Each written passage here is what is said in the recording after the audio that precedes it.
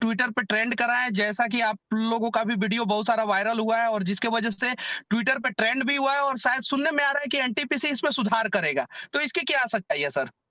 देखिए, एनटीपीसी को इसको सुधारना ही चाहिए और उसको सुधारना जरूरी भी है। रही बात एनटीपीसी का कहना है कि शिक्षक लोग को समझ में नहीं आया, तो खुद एनटीपीसी सोचे कि जब शिक्षक को समझ में नहीं आया तो विद्यार्थी को क्या समझ में आएगा। अगर आप हिंदुस्तान के हमसे अगर कोई पूछे कि राष्ट्रपति का नॉर्मलाइजेशन जो होता है किस तरह से उसकी चुनाव प्रक्रिया में नॉर्मलाइजेशन किया जाता है तो हम बता सकते हैं, लेकिन अगर हमसे ये पूछे कि रेलवे एनटीपीसी ने किस तरह से नॉर्मलाइजेशन किया तो हमको छोड़िए, हिंदुस्तान में जितने शिक्षक है कोई नहीं बता पाएगा कि किस तरह से किया। तो आप सोच सकते हैं कितनी कठिन समस्या है। लेकिन नॉर्मलाइजेशन अपने हद तक सही है, लेकिन उसका प्रोसेस सबको पता होना चाहिए किस प्रोसेस से कर रहा है। दूसरा कि आरआरबी से कुछ भी पूछो तो कहता कि हमने नोटिफिकेशन में तो बोल दिया था ये होगा, कुछ भी पूछने चाहिए, हमने नोटिफिकेशन में पारा नंबर 7 पे बोला था। एक बच्चे से फॉर्म भराने के लिए इनका नोटिफिकेशन जानते हैं कितने पेज का था? 71 पेज का नोटिफिकेशन था। सोचिए, 71 पेज का नोटिफिकेशन लड़का बैठ के पढ़ेगा, उसके सामने एग्जाम फॉर्म जल्दी भरना होता है वरना कभी ट्रैफिक भर जाएगा, डेट खत्म हो जाएगा ये। और अगर एनटीपीसी को आरआरबी को ये कहना है कि नहीं हमने नोटिफिकेशन में ये कहा था, तो यही आरआरबी एनटीपीसी ने कहा था कि हम एग्जाम जून 2019 में ले लेंगे। तो कहाँ गया मतलब ये नोटिफिकेशन? ये 2022 आ रहा है, तो 2019 में बोल के 2021 में एग्जाम लिया गया, तो वहां नोटिफिकेशन नहीं याद आ रहा है। मुख्य समस्या यही है कि 20 गुना बोला गया है तो 20 गुना दे दिया जाए। हम आपको एक डाटा देते हैं, 3,80,000 लड़कों को फेल नहीं किया गया है, बल्कि उनको सेकेंड फेज का एग्जाम देने से ही रोक दिया गया।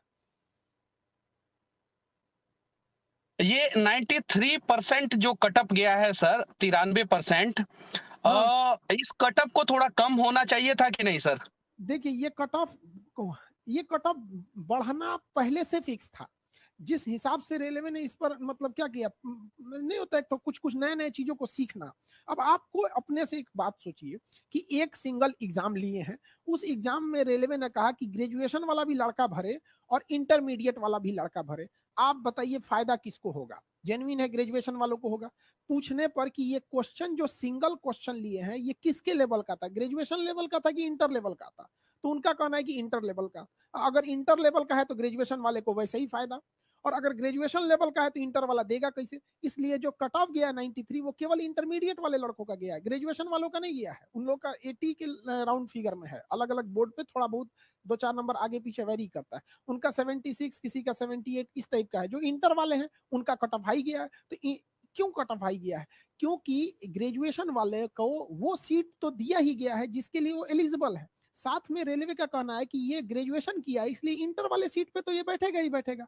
तो भाई आप दो अलग अलग एग्जाम ले लीजिए, तब ना हो सकता है उसको कि कोई आईएएस का एग्जाम पास किया, प्री पास किया, तो आप क्या मान लेंगे कि वो पीसीएस का भी पास कर सकता है?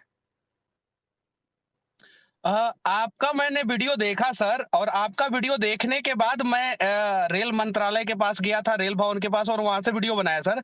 आप उसमें बहुत गुस्से में लग रहे थे और बोल रहे थे सर कि अगर बच्चे नहीं उतरेंगे तो हम उतार देंगे, और दिल्ली का उतना क्षेत्रफल नहीं है जितने इस देश में युवा हैं। युवाओं के प्रति इतना प्रेम आपके दिल में कैसे आता है सर? सर वो इसके भविष्य बारे है में इस थोड़ा देश बताएं। का, इस देश का भविष्य। हम आपको बोलते हैं मनीष जी, अगर आपको एक साल के लिए अगर मतलब एक साल की योजना बनानी है तो आप चावल की खेती कीजिए। लेकिन अगर आपको 10 साल की योजना बनाना, आप शीशम का पेड़ लगा दीजिए। लेकिन अगर आप चाहते हैं कि हमारा 1,000 साल आगे सुरक्षित रहे तो युवाओं को शिक्षित कीजिए।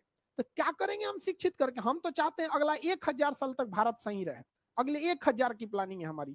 तो वो अब आप एक कोई पढ़ता क्यों है? कहीं ना कहीं अगर वो खुद में अनसिक्योर हो जाएगा तो क्यों पढ़ेगा?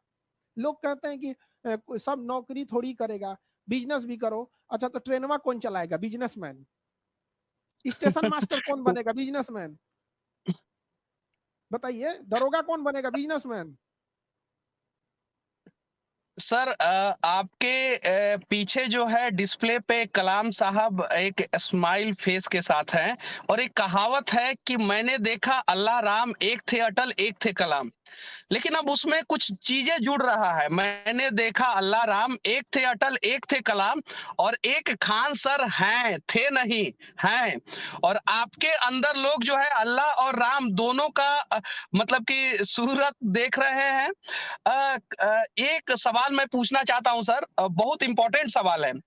बहुत रिस्पेक्ट के नज़र से जो है ना देश के लोग देखते हैं, क्योंकि मैं केरल में गया था, तो वहाँ पे जब मैंने बोला कि मैं बिहार से आया हूँ, तो वहाँ का एक ऑटो ड्राइवर बोला कि वही जो खान सर, तो हाँ, मैं बोला ऑटो हाँ, ड्राइवर, तो हाँ। उसने बोला क्या कि मेरा बच्चा खान सर का मतलब कि वीडियो देखता है और उनसे पढ़ता है। तो मुझे बहुत अच्छा लगा सर। सर एक चीज़ बताइए सर, देश की बेरोज़गारी किस प्रकार से दूर की जा सकती है? इसके बारे में कुछ बताइए सर। देखिए सर, बेरोजगारी का लड़कों का जो शिक्षा का स्टैंडर्ड है ना, स्टैंडर्ड हुँ, एक, उसको वो स्टैंडर्ड की पढ़ाई नहीं पढ़ पा रहा है, वो ग्रेजुएशन में जा रहा हुँ, है। एक हर टीचर से पूछिए कि तुम प्राइवेट टीचर बनना चाहते हो कि सरकारी, तो कहेगा हम सरकारी टीचर बनना चाहते हैं, लेकिन अपने बच्चे को प्राइवेट स्कूल में पढ़ाना चाहता है, क्योंकि वही सरकारी स्कूल वाला अपने बच्चे को बर्बाद किया है। एक अच्छी शिक्षा दीजिए, आप उसको कुछ मत दीजिए, आप उसको रोटी कपड़ा मकान मत दीजिए, उसे एक बेहतर शिक्षा दीजिए। देखिए रोटी कपड़ा मकान छीन लेगा वो, छीन लेगा वो। तो हम लोग उसको छीनना सिखाते हैं। कभी अधिकार मांगने से नहीं मिला है, छीनना पड़ता है। आजादी हमें कटोरे में सजा के नहीं मिली थी, छीनना पड़ा था। शिक्षित लोग थे उस वक्त, जो उस समय की पढ़ाई थी लोगों ने उसे पढ़ा था। लेकिन जो अभी की पढ़ाई है, टेक्निकल चीज हर चीज है, तो हम जब तक शिक्षित नहीं कीजिएगा कुछ नहीं होगा। शिक्षा के स्टैंडर्ड को बढ़ाना पड़ेगा। आप देखेंगे, हमको बड़ा खुशी होती है इस बात को देख के कि छोटा छोटा लड़का, जिन्हें हम तो बहुत मतलब आफ्टर ग्रेजुएशन वालों को ही हम पढ़ाते हैं, मतलब एटलीस्ट इंटर पढ़ा होना चाहिए, उसके नीचे वाले को हम लोग क्या पढ़ाएंगे।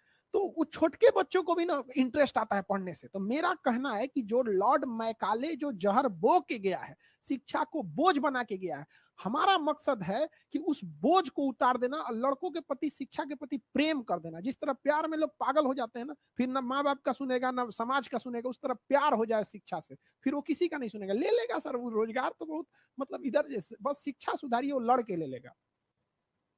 सर एक और मैं सवाल पूछने जा रहा हूँ सर आपसे। ये जो सरकारी वैकेंसियाँ हैं वो धीरे-धीरे कम की जा रही है और कुछ जगहों पे खत्म की जा रही है। जैसे बैंकिंग का था, उसमें सीटें बहुत कम कर दी गई और बहुत सारे बैंकों को बेच दिया गया। रेलवे में बहुत सारे टीटी जो हैं वो प्राइवेट हो गए हैं, गार्ड प्राइवेट हो गए हैं, स्टेशन पे टिकट काउंटर पे टिकट काटने वाले लोग प्राइवेट हो गए हैं, सफाई कर्मी प्राइवेट